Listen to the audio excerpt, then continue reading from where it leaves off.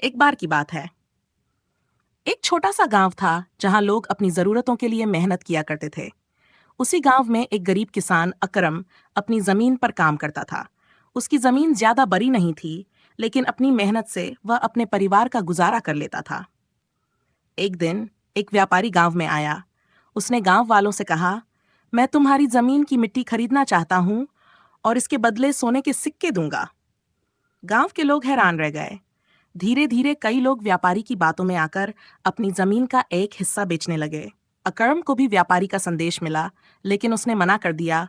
मेरी जमीन मेरी जिंदगी है, इसे बेचना मेरे लिए असंभव है।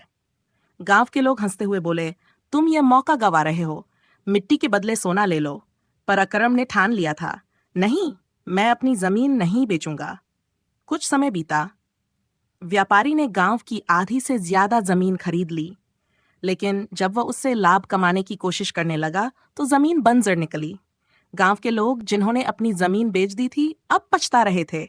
अरे, हमने तो अपनी जमीन यूं ही खो दी, वे सब सोचते रहे। अकरम ने अपनी जमीन को संभाल कर रखा था।